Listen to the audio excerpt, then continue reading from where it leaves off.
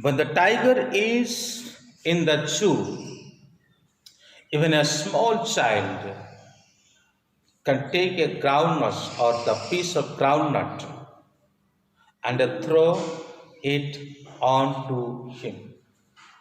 At the same time, when it is in the forest or it is in his natural habitat, no one can face or no one has dared to meet him. Why? Because we understood about his strength or we understood about his power, mighty power. So, friends, today we are going to look chapter number 3, A Tiger in the Zoo. That is third poem or from your English textbook for 10th class as for CBSE board. This is Titus from Salem classes. Today we are going to look about the condition of the tiger when it is in the zoo or when it is out of the zoo. Means when it is inside of his real home or a natural habitat or in the forest. The poem gives a sharp contrast of a tiger.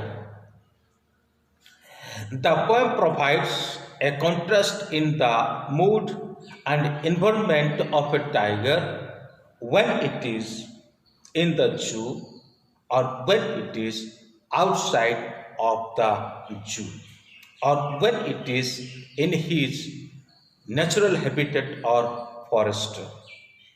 When it is natural habitat or when it is in the present.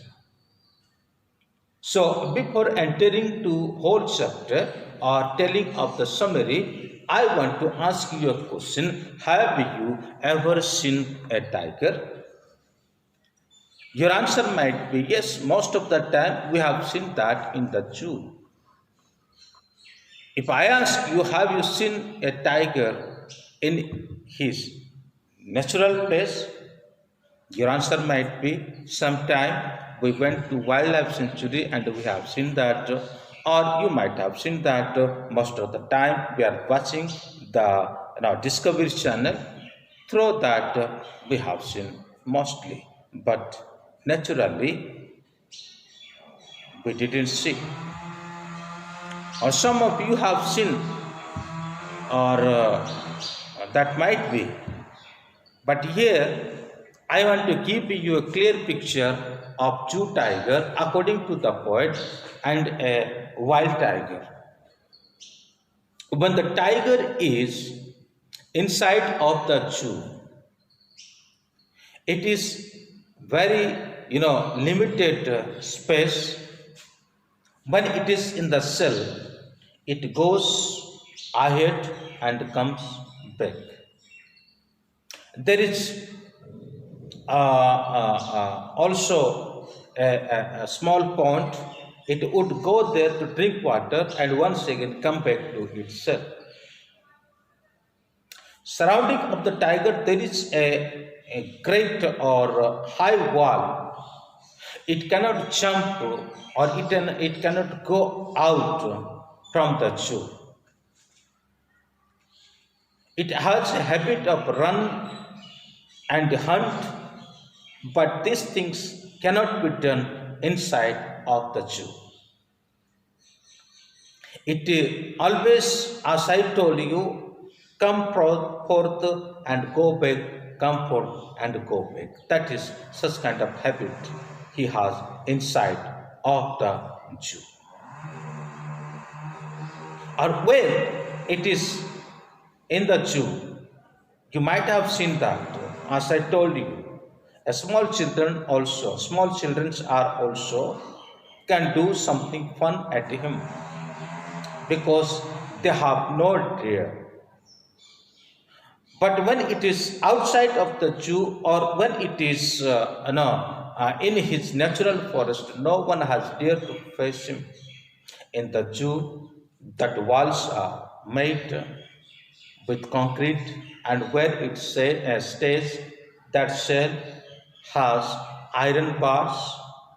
Due to that reason, it has a limited place and it has no freedom. It has no freedom. It always depends as for his food to his master, one who is the authority of Jew, one who is always providing his food. This is the artificial habit. We can say that artificial habit. This is not a natural habit for him. Here he has kept for entertainment of the people.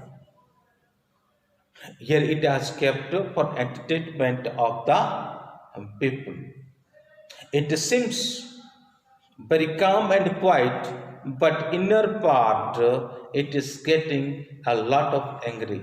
But he cannot do anything else because he is inside of the bar or inside of the prison. That is the condition of the Jew. Let us go to the forest. Before that, I want to tell you here the poet takes us to the Jew. After that, he takes us to the forest. Then, after once again, he brings us to the Jew. When it is in the Jew, it doesn't pay attention to the visitors, those who are coming there. So let us go to the forest. So when it is in the forest, it always stays in a cool and shady place and near of stream or near of water. And when it sees the fat deer, when it sees the fat deer, it hides itself and slowly go near, and when it reached near the fat deer, so it punched upon it. While it was in the Jew, it was depending for his food to his master, but now it never depend anybody because it has strength and power to hunt his prey. To hunt his prey. That is the natural power of a tiger. And then another thing the poet here says, when the tiger is in the forest, nearby village people always fear to him. It terrorizes the people by showing its sharp teeth. And when the people came to know that the tiger has come near near of their village, so they are so fearful. At the same time, when it is in the forest, we will not fear to him. We make some funds and we throw something what we have. So again, he brings us to the Jew. When it is in the Jew, night time, he hears the sound of patrolling car of the Jew authorities, but he never pays attention to them. It's startling to the stars and the sky and to the moon.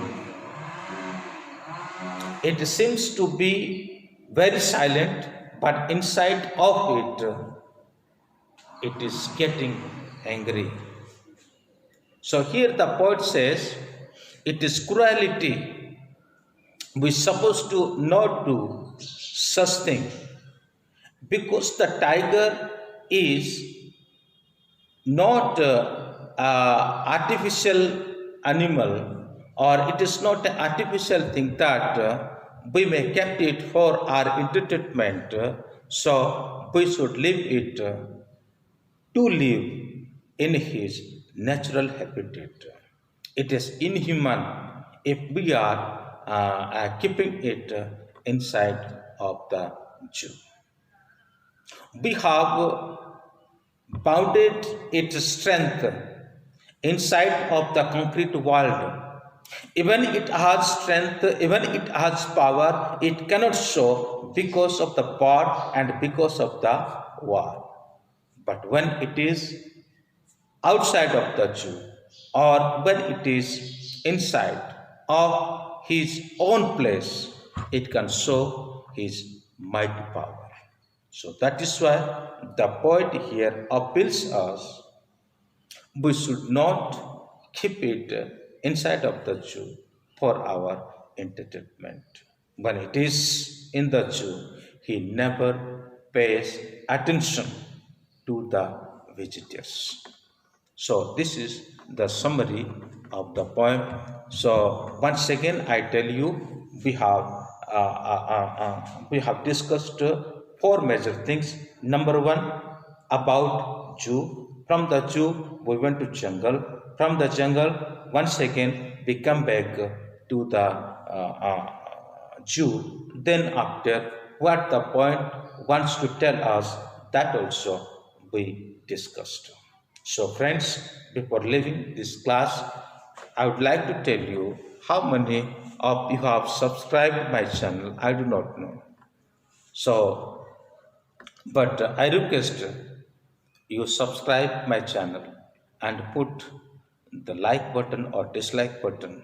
If you are not satisfied my teaching, just make a comment or I can improve. As I told you, I am not a professional YouTuber, but I have little bit knowledge. What knowledge I have, I want to share with you. Because of that reason, day by day, I am uploading such videos. Thank you. May God bless you.